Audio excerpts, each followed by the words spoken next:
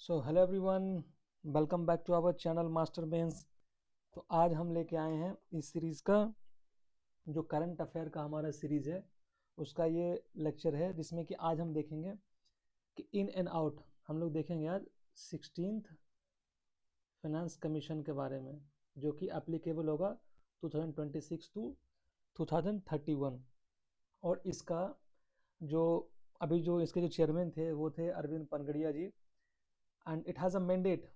Mandate क्या है इसका कि बैलेंस करना है इक्विटी को, efficiency and the macro stability को। ठीक है। सो द मैंडेट आज ऑलरेडी वी हैव सीन कि it has a mandate of balancing the rapid national growth with the regional equity. So as we all know कि 15th finance commission के बाद जो 16th finance commission है एक बहुत बड़ा ट्रांजिशन हुआ था बिकॉज ऑफ कोविड-19।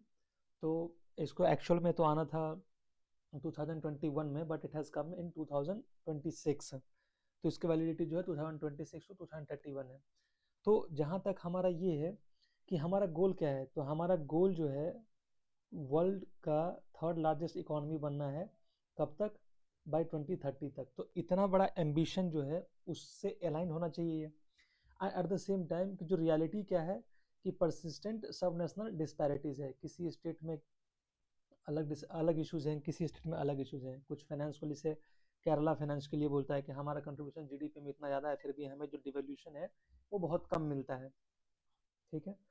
तो एम्बिशन क्या है हमारा कि हमें बनना है third largest country economic terms में वर्ल्ड में। और जो इश्यूज हैं कि परसिस्टेंट जो रियलिटी है वो है परसिस्टेंट सब national disparities. Now will see कि जो इसके कॉन्स्टिट्यूशनल मैंडेट्स क्या हैं, तो किस आधार पर जो फाइनेंस कमीशन है उसका डिवोल्यूशन होता है और उसका जो कॉन्स्टिट्यूशनल बैकिंग क्या है।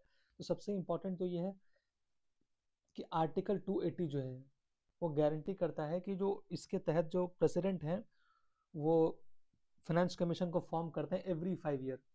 ठीक है। और एवरी 5 ईयर जो है वो फॉर्म करता है प्रेसिडेंट। और इसका जो क्लॉज है खास करके 282 जो है और जो 175 है, तो जो आर्टिकल 280 है ये कहता है कि जो फाइनेंस कमीशन बनाना है और फाइनेंस कमीशन जो रिकमेंड करे उसी हिसाब से जो फार्मूला फाइनेंस कमीशन डिसाइड करता है उसी हिसाब से जो डिवोल्यूशन करना है किसको, स्टेट को। और वो क्या होगा, स्टेटूटरी ग्रांट बोलते हैं under article 275। At the same time जो रियलिटी क्या है कि आर्टिकल 282 जो है वो ये कहता है डिस्क्रिशनरी पावर है सेंटर के पास। इसको डिस्क्रिशनरी ग्रांट भी बोलते हैं बेस्ड ऑन द सिचुएशन। तो सेंट्रल गवर्नमेंट अपने हिसाब से तो ये क्या करती हैं कि डिस्क्रिशनरी ग्रांट देती हैं अंडर आर्टिकल 282 किसको, स्टेट्स को। और ये देखा गया है कि जो सेंट्रली स्पॉन्सर्ड स्कीम जो थे उसके तहत ज़्यादा ग्रांट दिया जाता है। जैसे कि 2024 में जो था, 2014 में जो था वो 7.5% था। एंड जो 2023 आते आते ये 47% हो गया। So see how drastically it has changed. तो इतना बड़ा चेंज हुआ है किसके तहत कि जो नेट ट्रांसफर जो था जो outside of the finance commission जो है, फाइनेंस कमीशन का जो आउटसाइड फार्मूला है ना उसके अलावा, ये उसके अलावा जो ट्रांसफर किया जाता है वो था पहले 2014 में 7.5% and now it has become 47%। ठीक है। एंड इनफैक्ट जो आर्टिकल 282 है, जो राम जवाया केस था, ऑलरेडी मैं मेंशन कि राम जवाया केस एंड एक और केस था भीम सिंह केस। इसमें सुप्रीम कोर्ट ने बोला कि गवर्नमेंट अगर चाहे, अगर वो पब्लिक इंटरेस्ट में हो, तो ये जो वैलिडिटी है डिस्क्रिशनरी ग्रांट जो है वो उसको कर सकती है अगर ये पब्लिक पर्पस में हो। तो अगर ये पब्लिक पर्पस है तो गवर्नमेंट चाहे तो डिस्क्रिशनरी ग्रांट का रूट यूज कर सकती है और वो चाहे कितना भी कर दे, बट अनटिल अनलेस कि वो अप्रोप्रिएशन के थ्रू होना चाहिए। अप्रोप्रिएशन एक्ट पास करके आप चाहो तो जितना भी दे सकते हो स्टेट गवर्नमेंट को। तो राम जवाया कपूर केस में और भीम सिंह केस में सुप्रीम कोर्ट ने ऐसा बोला। तो उसका रिजल्टेंट हम लोग यही देखें कि 2040 में 7.5% था और अभी इट हैज़ बिकम 47% ऑलमोस्ट, जो कि अदर देन जो फाइनेंस कमीशन का फॉर्मूला है, रिकमेंडेशन है, उसके अलावा इसमें दिया गया है। In fact there is one more significant article and that is कि आर्टिकल 281। तो 281 में क्या कहता है कि जो प्रेसिडेंट है, प्रेसिडेंट को जो फाइनेंस कमीशन का रिपोर्ट है वो दोनों हाउस में ले डाउन करना है विथ एक्सप्लेनेशन मेमोरेंडम। ये देना है किसमें? दोनों हाउस में, बोथ द हाउस में। किसका? फाइनेंस कमीशन का रिकमेंडेशन कौन देगा? तो प्रेसिडेंट। ठीक है, और उस पर यह भी बताना है कि एक्सप्लेनेटरी देना है कि एक्शन टेकन जो है वो क्या है। ठीक है, so 281 we have seen, 280 article we have seen, 282 article we have seen, 275 article we have seen, Ram Javaya case we have seen, and the Bhim Singh case also we have seen, and we have also seen कि कैसे जो other than जो transfer है finance commission का recommendation के द्वारा जो किया हुआ, कैसे वो 27.5 से बढ़ करके 47% हो गया। नाउ विल सी कि what are the constitutional guard rails और द डेप्थ जो क्या कहते हैं ना, डेप्थ लीज जो कहते हैं वो है। तो जो पब्लिक पर्पस जो ऑलरेडी उसमें मेंशन किया हुआ है 282 में, उसको एक्सपैंड कर दिया गया है। डिस्क्रिशनरी पावर अब जो है बहुत ज़्यादा डोमिनेट किया गया है, जो हमने ऑलरेडी वी हैव सीन कि 7.5 से लेकर 47 हो गया है। ठीक है, और ये जो फॉर्मूला है उसको बाईपास किया जा रहा है। So now will see some other constitutional provision like article 282 क्या कहता है कि जो गवर्नमेंट चाहे, सेंट्रल गवर्नमेंट जो चाहे तो कंसोलिडेटेड फंड ऑफ इंडिया को सिक्योरिटी बना करके वो कितना भी अमाउंट का लोन बोरो कर सकता है, इंटरनल भी एक्सटर्नल भी। ठीक है, so it fixes the limit by the parliament, किस पे? यूनियन गवर्नमेंट पे। एट द सेम टाइम जो रेस्ट्रिक्शन लगाया गया है किस पे? State government. स्टेट गवर्नमेंट पहले तो ये है कि वो एक्सटर्नल बोरोइंग नहीं कर सकता है, और जो नेट बोरोइंग जो सीलिंग है वो डिसाइड किया गया है आर्टिकल 293 में। ये और इसका जो क्लास 3 है वो ये कहता है कि state can not raise a loan without a union consent if it owes any outstanding debt to the union। तो इसका यह मतलब है कि अगर यूनियन गवर्नमेंट से कुछ लोन लेकर रखी है स्टेट गवर्नमेंट, तो अगर कुछ दूसरा लोन लेना होगा उनको तो बिना यूनियन गवर्नमेंट के कंकरेंस के वो नहीं ले सकती है। So you can see it's just like a 283 clause 3 just like a clamp. तो स्टेट का जो बोरोइंग पावर है उस पर ये क्लैंप की तरह एक्ट करता है, एंड यूनियन का जो कंसेंट है वो की की तरह एक्ट करता है कि अगर यूनियन कंसेंट देगा तो वो क्लैंप जो है लूजन होगा और स्टेट बोरोइंग कर सकता है। ठीक है, सो दिस इज जस्ट लाइक कि फाइनेंस कमीशन जो 16 फाइनेंस कमीशन है वो स्ट्रिक्टली अधेयर करता है एनबीसीज में। ये नहीं बोला कि एनबीसीज जो है जो कि नेट बोरोइंग सीलिंग को कम करना है, बोला कि उसको और स्ट्रिक्टली अधेयर करना है और अच्छे से क्लैंप करना है, ताकि जो सब नेशनल लैंडस्केप में जो है मैक्रो स्टेबिलिटी बना रहे। ठीक है, so this was the constitutional guard rails. Now will see कि अब जो हम ये देखेंगे कि जो 16 फाइनेंस कमीशन जो है उसके क्या क्या पैरामीटर्स है और क्या क्या इम्प्रूवमेंट, जो क्या क्या उसमें फीचर्स है वो देखेंगे हम। तो जैसा कि हम जानते हैं कि जो वर्टिकल डिवोल्यूशन है वो 41% वो ऑलरेडी रिटेन किया गया है, जो 15th फाइनेंस कमीशन था उसी को रिटेन किया गया है। और एक्चुअली जो 14th में था वो था 42%, बट जो जम्मू कश्मीर जो यूनियन टेरिटरीज बना तो उसमें क्या बोला गया कि 1% जो है उसके डेवलपमेंट के लिए या उसके डिवोल्यूशन के लिए दिया जाएगा। तो जो नेट जो प्रोसीड ऑफ टैक्स जो था जो शेयर किया जाने लगा स्टेट के साथ वो 41% किया जाने लगा। वो 15 से शुरू हुआ और 16 में भी उसको रिटेन किया गया। ठीक है, सो द यूनियन शेयर कितना बच गया? ऑलमोस्ट 59% जो यूनियन का शेयर बच गया, और जो स्टेट का शेयर मिला वो मिला 51%। किसका? तो नेट प्रोसीड ऑफ टैक्स जो है उसका। इसी में जो स्टेट जो थे वो रिजेक्ट करने लगे कि नहीं हमें चाहिए। 18 स्टेट ऑलमोस्ट ये रिक्वेस्ट किए कि कम से कम 50% तो हमें शेयर मिलना चाहिए, लेकिन सेंट्रल गवर्नमेंट ने इसको रिजेक्ट कर दिया। Even the finance commission also rejected it, and reason ये दिया गया कि जो गवर्नमेंट यूनियन गवर्नमेंट इसलिए रिटर्न करती है फंड ताकि डिफेंस पे, माइक्रो स्टेबिलिटी पे और मेजर इंफ्रास्ट्रक्चर पे खर्च किया जाएगा। ठीक है, इस ये रीजन देकर के गवर्नमेंट ने बोला कि हम 50% नहीं दे सकते हैं, we can give you up to 41%।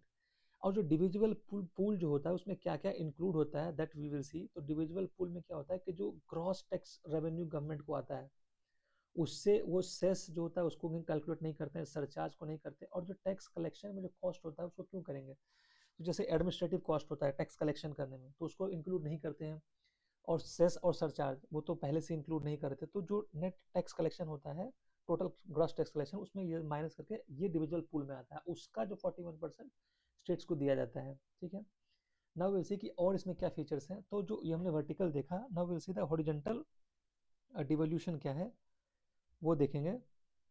तो हॉरिजॉन्टल डिवोल्यूशन में जो 15th फाइनेंस कमीशन से डिफरेंस जो था वो ये है कि जो 15th फाइनेंस कमीशन में इनकम डिस्टेंस को 47% वेटेज दिया गया, इसमें 42.5% दिया गया, थोड़ा सा कम किया गया। दूसरा है कि जो पॉपुलेशन 2011 का कैलकुलेट किया गया, इसमें 15% दिया गया और यहाँ पे 17.5% दिया गया। डेमोग्राफिक एफर्ट जो था वो 2015 में उसको बहुत ज़्यादा वेटेज दिया गया था और वो था 12.5%, now it has reduced to 10%. And the tax effort which was there in the 15th finance commission, now it is not there in the 16th finance commission। और जो एक्स्ट्रा ऐड किया गया वो है जीडीपी कंट्रीब्यूशन, जो कि पहले नहीं था और इस बार ऐड किया गया।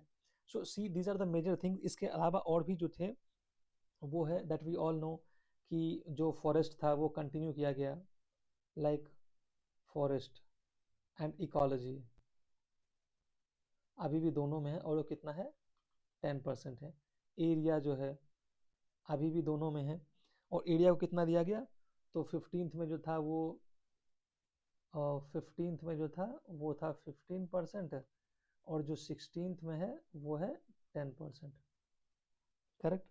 सो दीज आर द थिंग्स वो इंक्लूड किया गया, तो टोटल दोनों का 100% हो जाता है, ठीक है। So this was the horizontal distribution and it has given an important value of performance hybrid model because the GDP contribution जिसका ज़्यादा है उसको ज़्यादा रिवॉर्ड मिलना चाहिए। तो जीडीपी का जब वैल्यू बढ़ाया तो जो पॉपुलेशन का जो शेयर था वो भी बढ़ाया था कि जो इनजस्टिस ना हो, जो खास करके जो पॉपुलेशन स्टेट है उसको ऐसा ना लगे कि उनको ये उनकी वैल्यूज को या उनके जो डिजायर्स थे उनको नहीं टेक कर किया गया। तो ठीक है, now will see the other features कि जैसा कि हमने देखा कि 10% जो ऐड किया गया क्या कंट्रीब्यूशन ऑफ जीडीपी, तो उसमें लॉजिक ये दिया गया कि उसको इंसेंटिवाइज करना है जो कि इकोनॉमिक प्रोडक्टिविटी को प्रमोट करता है। जिसकी प्रोडक्टिविटी अच्छी है उसको इंसेंटिवाइज करना है ना, ताकि वो और इकोनॉमिक प्रोडक्टिविटी को बढ़ा सके, जीडीपी को बढ़ा सके, ठीक है। और जो फॉर्मूला यूज किया गया था इसमें, मेजरली जो इसमें फॉर्मूला यूज किया गया था कैलकुलेट करने के लिए वो ये था कि square root of GDP use to moderate moderate dispersion between the rich and the poor state. तो तीन स्टेट लिए गए थे रिच स्टेट, वो कौन कौन से थे, तो वो थे तेलंगाना था, कर्नाटका था और हरियाणा था, ठीक है। सो द रिफाइन किया गया इनकम डिस्टेंस को भी रिफाइन किया गया। जो तीन जो हाईएस्ट जीडीपी जीएसडीपी स्टेट्स हैं और तीन जो लोवेस्ट हैं उसका स्क्वायर रूट मीन लिया गया, ठीक है। और जो फॉर्मूला था रिफाइन किया गया किसका, इनकम डिस्टेंस का, वो 42.5% हो गया, जो कि पहले 15 फाइनेंस कमीशन में 45% था। उसमें क्या किया गया कि जो एवरेज पर कैपिटा जीएसडीपी जो था तीन स्टेट का, जो लार्जेस्ट स्टेट्स हैं तेलंगाना, कर्नाटका एंड हरियाणा, उसका लिया गया और उसको एडजस्ट किया गया outlier with the Goa, Sikkim, excluding excluding to stabilise targets. Now the demographic performance जो है वो पहले 12% था, फिर 10% लिया गया, ताकि जो हिस्टोरिकल पॉपुलेशन स्टेबिलिटी किया गया है किसके द्वारा 1971 से 2021 के द्वारा में, उस पीरियड में जो स्टेट्स हैं उनको बेनिफिट मिल सके, ठीक है। अब चेंज किया गया कि टोटल फर्टिलिटी रेट मैट्रिक्स जो था उसको पास्ड आउट किया गया, मतलब अब वो नहीं है, ठीक है। Now the other things what it is there, जो सबसे सिग्निफिकेंट है वो है स्टेट गवर्नमेंट का, जो लोकल गवर्नमेंट है उसका जो है क्या गेन मिला। तो ये है कि जो कॉन्स्टिट्यूशनल मैंडेट है, पहले तो ये है कि कॉन्स्टिट्यूशन ऑफ लोकल बॉडीज है, ऑलरेडी फाइनेंस कमीशन भी लोकल बॉडी का खुद से है, public disclosure of audited account है और स्टेब्लिशमेंट ऑफ एसएफसीज है, ठीक है। तो एंट्री जो कंडीशन है वो ये है और उसमें क्या किया गया, टोटल ग्रांट दिया गया 7,91,493 करोड़ रुपीज, जिसमें कि 60% जो दिया गया रूरल को और 40% दिया गया अर्बन एरियाज को। In that even what they have done कि रूरल एरियाज में भी जो बेसिक जो थे वो 80% है और परफॉर्मेंस लिंक्ड जो है वो 20% है, और जो बेसिक जो 80% है उसको भी दो पार्ट में बांटा गया है कि जो एक टाइड है और एक अनटाइड है। सो जो टाइड है जैसे कि 50% वाटर सैनिटेशन उसी के लिए यूज करना है और जो रेस्ट 50% है वो अदर पर्पसेस के लिए यूज करना है। Here in this urban areas there is also same similar like 80% दिया गया बेसिक के लिए और दूसरा दिया गया 20% परफॉर्मेंस के लिए, एंड इसमें भी टाइड और अनटाइड है 50% 50%। सो टाइड का मतलब समझ आएगा कि जो कुछ फिक्स जो चीज़ें हैं उसी पे ध्यान देना है, उसी पे खर्च करना है। और जो नया इंसेंटिव लाया गया वो है कि अर्बन प्रीमियम, अर्बन प्रीमियम ये लाया गया, उस पर 10,000 करोड़ खर्च किया जाएगा ताकि जो पेरी अर्बन एरियाज हैं जो कि अर्बन जैसे see this is urban area, फिर ये पेरी अर्बन एरिया हो गया और ये हो गया रूरल एरियाज। तो ये जो अर्बन एरियाज है और ये जो पेरी अर्बन एरियाज है उसको डेवलपमेंट के लिए ताकि उसको मर्ज किया जा सके अर्बन एरिया में, उसके लिए 10,000 करोड़ दिया गया। ठीक है, इसमें क्या है कि जो न्यू सिटीज हैं उसके लिए 56,100 करोड़ दिया गया for waste water in 22 emerging cities, उसका ट्रीटमेंट के लिए। So see how important it is और कितना स्ट्रेंथन किया है जो लोकल गवर्नेंस है उसको उसके फाइनेंस को लेकर के। ठीक है, नाउ द नेक्स्ट इज कि fiscal discipline and consolidation road map जो है वो क्या है। तो अगला जो टारगेट है उसका ये क्या है, तो ये बोला कि 2030 तक जो है 2030-31 तक जो है गवर्नमेंट का टारगेट है कि 7.5% होना चाहिए किसका, जो यूनियन गवर्नमेंट का फिस्कल डिफिसिट है वो, और डेब्ट टू जीडीपी रेशियो जो है अभी जो है 77.3% है, उससे घटा के करना है 73.1%। At the same time state का जो डिफिसिट गैप है उसको भी बोला गया है कि आप 3% जो आपका लिमिट डिसाइड किया गया था FRBM में उसके अंदर में रहना है, and actually it was there for the central government also 3%, but okay because of some uncertainties there in the COVID time तो वो 3.5% तक रखा गया है। और अदर जो स्ट्रक्चरल नॉर्म्स जो किए गए हैं उसमें क्या था कि ऑफ बजट बोरोइंग जो है उसको स्ट्रिक्टली बैन कर दिया गया है। ठीक है, ऑफ बजट बोरोइंग क्या होता है कि जो PSUs वगैरह को बोलते हैं, जो गवर्नमेंट एंटिटीज जो होते हैं उनको बोलते हैं कि आप बोरो कर लो और वो बजट में नहीं दिखता है, तो उसको गवर्नमेंट ने बोला को स्ट्रिक्टली बैन करो, अब ऑफ बजट बोरोइंग नहीं होगा। एंड ऑल, और ये किस में लिया गया, तो ये जो सेक्शन जो रेफरेंस इसका है वो 16 फाइनेंस कमीशन का सेक्शन 300.3 का है। दूसरे में क्या बोला कि जो पावर सेक्टर जो है उसको रिफॉर्म करो, और उसका जो डिस्कॉम है उसमें बहुत सारा डेप्थ है, ऑलमोस्ट जो डिस्कॉम का डेप्थ है वो 19,000 करोड़ है। तो बोला गया कि इसको आप प्राइवेटाइज करो वाया स्पेशल पर्पस व्हीकल ताकि जो डेप्थ बर्डन है वो कम हो सके। ठीक है, जब प्राइवेट एंटिटीज आएंगे थ्रू स्पेशल पर्पस व्हीकल तो उसका जो डेप्थ बर्डन है वो कम होगा, और जो शील्ड करेगा private investor from legacy liabilities से उसको बचाएगा। और ये किस में था, तो 15 फाइनेंस कमीशन का सेक्शन 380.3 में था।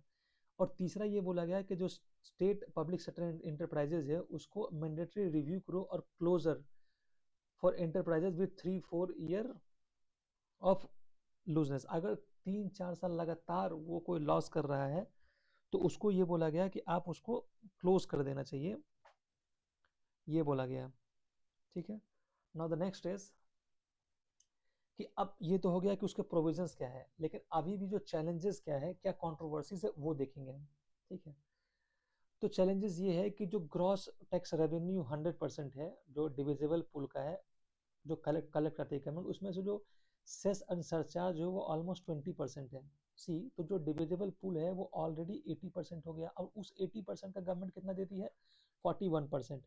तो almost how much they are getting, तो in real terms they are getting 29-30% of gross tax revenue.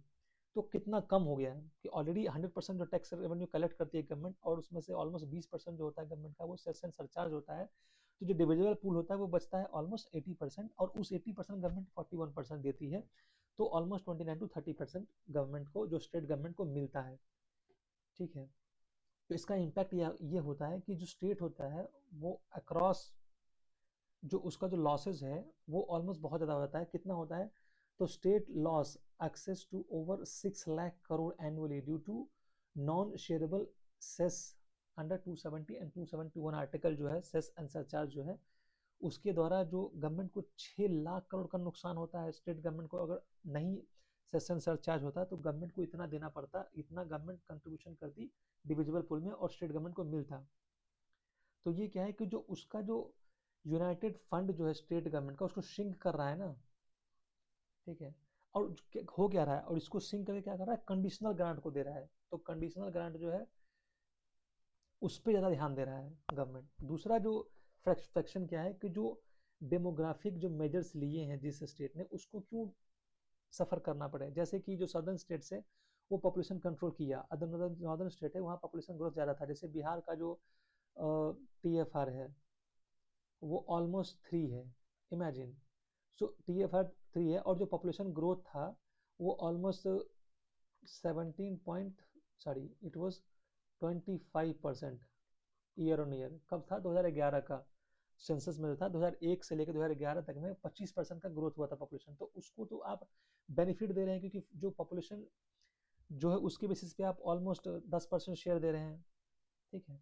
तो इसके कारण क्या होता है कि केरला जो है, केरला का केस स्टडी है कि जो 10वां 10th फाइनेंस कमीशन में उसको मिलता था 3.82% ऑफ शेयर, अब उसका हो गया है 1.36% in 16th finance commission. So see there is a fiscal challenge, जो फिस्कल प्रूडेंस है वो नहीं हो रहा है, और सेंट्रल स्टेट के बीच में जो कॉन्फ्लिक्ट है जो वो और बढ़ते जा रहा है, खास करके फाइनेंशियल कॉन्फ्लिक्ट। तो क्या है कि स्टेट गवर्नमेंट को ऑब्वियसली ग्रीवांसेस होगा, ठीक है, क्योंकि जो डेमोग्राफिक परफॉर्मेंस कर रहे हैं उसको आप कम दे रहे हो और पेनलाइज कर रहे हो, that is not good thing. So that is called there is a situation like there is a dilemma of a middle income trap, ठीक है, because there is a sinking federal support. तो जो rich state जो थे जो अच्छे कर रहे थे उसको भी क्या हो रहा है कि वो भी मिडिल इनकम ट्रैप में फंस गए क्योंकि जो शेयर जो है उसका कम है। और क्या है कि ये सारे इश्यूज जो थे उसको टैकल करने के लिए कैसे टैकल किया जा सकता है, तो उसके लिए ऑलरेडी 13 फाइनेंस कमीशन के जो चेयरमैन थे विजय कलकर जी ने, he has given some recommendation. और रिकमेंडेशन क्या था कि फाइनेंस कमीशन 2.0 लाने के लिए बोला था, और उसमें ये बोला गया था कि जो फाइनेंस कमीशन उसको परमानेंट सेक्रेटरीट देना चाहिए, ठीक है। एंड उसका जो पीरियड होना चाहिए वो स्टार्ट टू एंड वो 5 साल लगातार होना चाहिए। ऐसा नहीं है कि अभी बनाए रिकमेंडेशन दिया फिर डिसॉल्व कर दिया फिर 5 साल बाद उसको बनाएंगे, it should not be like that. उसके बाद ये बोला गया कि जो आर्टिकल 266 है जो कंसोलिडेटेड फंड ऑफ इंडिया है उसको डायरेक्ट थर्ड टायर फंडिंग से टाई अप कर देना चाहिए ताकि उनकी जो फंडिंग है वो सही हो सके। तो वो क्या बोले थे कि आर्टिकल 226 जो है to include a consolidated fund of municipalities and panchayat, तो इसी में consolidated fund of municipality and panchayat इसी में ऐड कर देना चाहिए, ठीक है। And he said to link, formally link करने के लिए बोला गया कि जीएसटी काउंसिल को फाइनेंस कमीशन के थ्रू लिंक कर देने के लिए ये बोला गया था, ठीक है। To harmonise the direct and indirect tax sharing, तो इससे क्या होगा कि जो डायरेक्ट टैक्स शेयरिंग है और जो इनडायरेक्ट टैक्स शेयरिंग है दोनों हार्मोनाइज हो जाएगा, ठीक है। उसके बाद जो 50 फाइनेंस कमीशन के जो चेयरमैन थे एनके सिंह, उन्होंने कुछ रिकमेंडेशन दिया था। उन्होंने बोला था कि there should be a fiscal oversight, और फिस्कल ओवरसाइट में उन्होंने क्या बोला था कि there should be a fiscal council, जो एक ऑटोनोमस बॉडी होगी जो ओवरसाइट करेगी कि जो फाइनेंस कमीशन का जो रिकमेंडेशन है तो एक independent multi year fiscal forecast करेगी और इम्प्रूव करेगा ट्रांसपेरेंसी जो है वो इम्प्रूव करेगा किसमें, जो जो फाइनेंस कमीशन का रिकमेंडेशन था और जो वो ऑब्जर्वेशन है उसको। दूसरा है कि इन्होंने ये भी बोला कि जो डेप्ट टू जीडीपी टारगेटिंग है उसको रखना चाहिए 60% होना चाहिए जनरल के लिए, मतलब यूनियन एंड स्टेट मिला करके, और इसमें कि 40% सेंट्रल का और 20% स्टेट का होना चाहिए। So this is already it has been talked in the FRBM act में भी ऐसा बोला गया था। उसके बाद और क्या किया जा सकता है, तो पहला तो ये बोला गया कि जो डिविजिबल पुल है जो आपका कैप करना है सेस को जो कैप करना है वो 10% कर दो आप, ठीक है। अमेंडमेंट करके आप उसको जो है ना जो सेस और surcharge, it is not only cess, cess and surcharge दोनों को आर्टिकल 270 और 271 को अमेंड करके इसको मैक्सिमम 10% या हाँ 10% कर देना है, ठीक है। एक ये बोला गया। दूसरा बोला गया कि there is a need to integrate activate interstate council जो आर्टिकल 262 में है, ताकि there should be a joint session between the तो ताकि ना जो इश्यूज हैं जो उनके वो जो इंटरस्टेट काउंसिल है उससे भी रिजॉल्व हो सके। ठीक है, तो इनका ये कहना था कि आर्टिकल 262 है should be a primary forum for resolving financial या फिजिकल डिस्प्यूट। इसको आप एक प्राइमरी फोरम बना दो जो फिजिकल डिस्प्यूट है उसको टैकल करने के लिए। And discussing the sign off centrally sponsored scheme before implementation, तो सेंट्रली स्पॉन्सर्ड स्कीम है उसको भी इम्प्लीमेंटेशन से पहले डिस्कस कर सके। ठीक है, and there was also a condition like कि जो फाइनेंस कमीशन और जीएसटी काउंसिल जो दोनों में सिनर्जी होना चाहिए। अब पीरियोडिक जॉइंट सेशन होना चाहिए, जो ऑलरेडी हमने अभी देखा इसमें कि ये क्या करेगा कि सिंक्रोनाइज करेगा, हेल्प करेगा कि टैक्स पॉलिसीज में और जो डिवोल्यूशन टारगेट में, जो टैक्स पॉलिसी है और जो डिवोल्यूशन टारगेट है उसमें सिंक्रोनाइज लाएगा। ठीक है, और जो रेवेन्यू शेयर इंटरेस्ट जो है are represented in both the bodies, दोनों को बॉडी में उसमें रिप्रेजेंट किया जाएगा। उसके बाद क्या है कि इक्विटी एडजस्टमेंट बोला गया, वो ये क्या बोला गया कि इंट्रोड्यूस करना है कि एजिंग ट्रांजिशन ग्रांट, जिसको बोलते हैं हेल्थ केयर ग्रांट, तो ये एजिंग ट्रांजिशन ग्रांट जो है वो भी ऐड करना है। और ये होता क्या है कि ये इट्स ए काइंड ऑफ कि future commission should replace the fertility based reward with ageing transition grant. तो जो अभी जो है ना कि टीएफआर बेस्ड जो था उसको हटा करके जो एजिंग ट्रांजिशन ग्रांट है ना, जैसे कुछ स्टेट का, सदर्न स्टेट का क्या है कि उनका जो पॉपुलेशन जो है वो एजिंग हो रहा है, तो उन उसके लिए भी होना चाहिए ना, रिवॉर्ड मिलना चाहिए उनको, जिसके हाई एल्डरली पॉपुलेशन है। Addressing the rising cost of health care and palliative care, तो जो एडिंग उसको जो ज़्यादा कॉस्ट पड़ रहा है ना, जो ओल्ड एज पॉपुलेशन उनको खर्च करने में, तो उनके लिए एक अलग से फंड होना चाहिए। ठीक है, रिप्लेस करना है क्या, fertility reward with the elderly care support के थ्रू। उसके बाद क्या है कि there should be an autonomy like revenue buoyancy incentive. तो रेवेन्यू बॉयंसी इंसेंटिव जो है वो कैसे किया जा सकता है, और उसके साथ क्या है कि फ्लेक्सिबल में बोरोइंग मैनेजमेंट होना चाहिए। ओवर रिजिड कैप, जो रिजिड कैप लगा दिया गया आर्टिकल 293 का क्लॉज 3 जो है, जो उसको थोड़ा सा फ्लेक्सिबल करना है ताकि वो भी हो। और एक और क्या फॉलो करना है कि that is called principle of subsidiarity.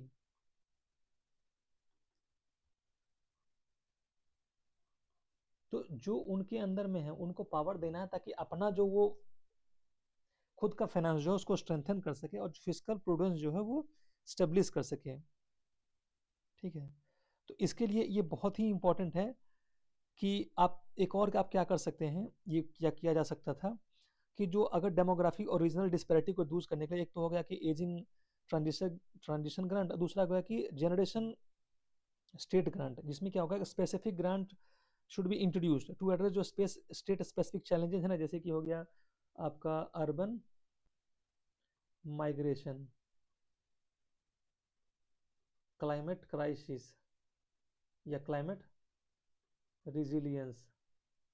इसके लिए जो एक कुछ स्पेसिफिक स्टेट में जो इश्यूज हैं उसके लेकर के आप भी इसमें इनकॉर्पोरेट कर सकते हैं फॉर्मूला और फैक्टर कंसिडर कर सकते हैं। ठीक है, now what we have to do is कि इफिशिएंसी ओवर इंटाइटलमेंट। तो वो क्या है कि जो 10% जो दिया गया वेट, किसको, weight signals that the growth driven will be rewarded, जो जो भी ग्रोथ करेंगे उसको रिवॉर्ड किया जाएगा, ये सिग्निफाई करता है। और दूसरा है कि जो अनरिजॉल्व टेंशन है उसको कम करना, जैसे कि the cess usages and discretionary scheme जो है उसको आपको टेस्ट करना है फिस्कल फेडरिक के हिसाब से। तो जो कॉन्स्टिट्यूशनल मोरालिटी है उसको अपहेल्ड करना है।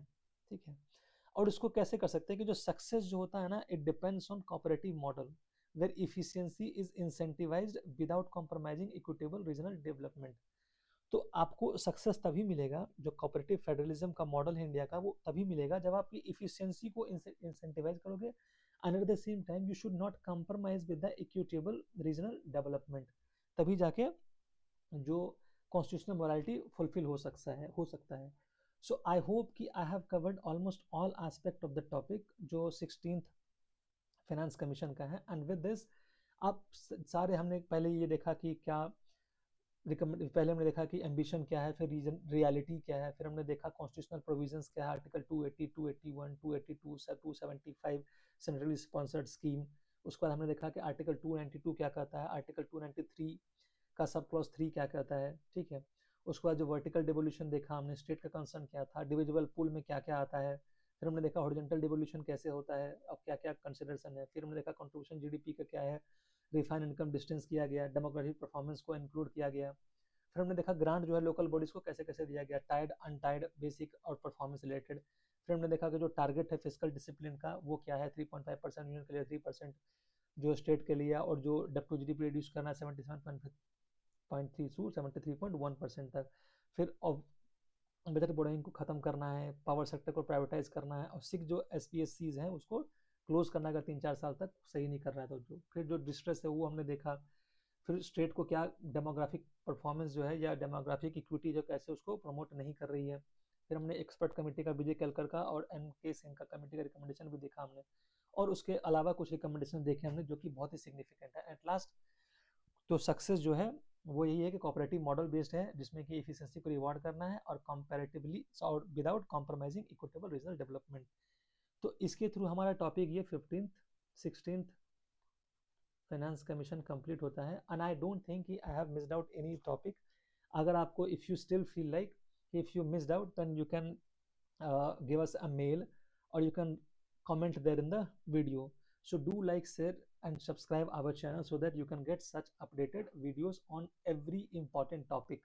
ठीक है, so that we should get motivation to make a videos। और आपको जो भी एग्जाम दे रहे हो आप, चाहे वो बीपीएससी का एग्जाम हो, मेंस या यूपीएससी का हो, यूपीपीसीएस का हो या फिर जेपीएससी का हो, या किसी भी एग्जाम से रिलेटेड हो, तो आप उसको अच्छे से टैकल कर पाओ और एक अच्छा आंसर लिख पाओ उसमें। It is not only useful for the exam, for as a general purpose also people should have awareness of all such things, because being an aware citizen we should know all this things कि क्या क्या जो India का financial system जो है वो कैसे काम करता है। So with this, I would like to thank you all for being the part of this Master family. Do like, share, and subscribe this channel for giving us motivation.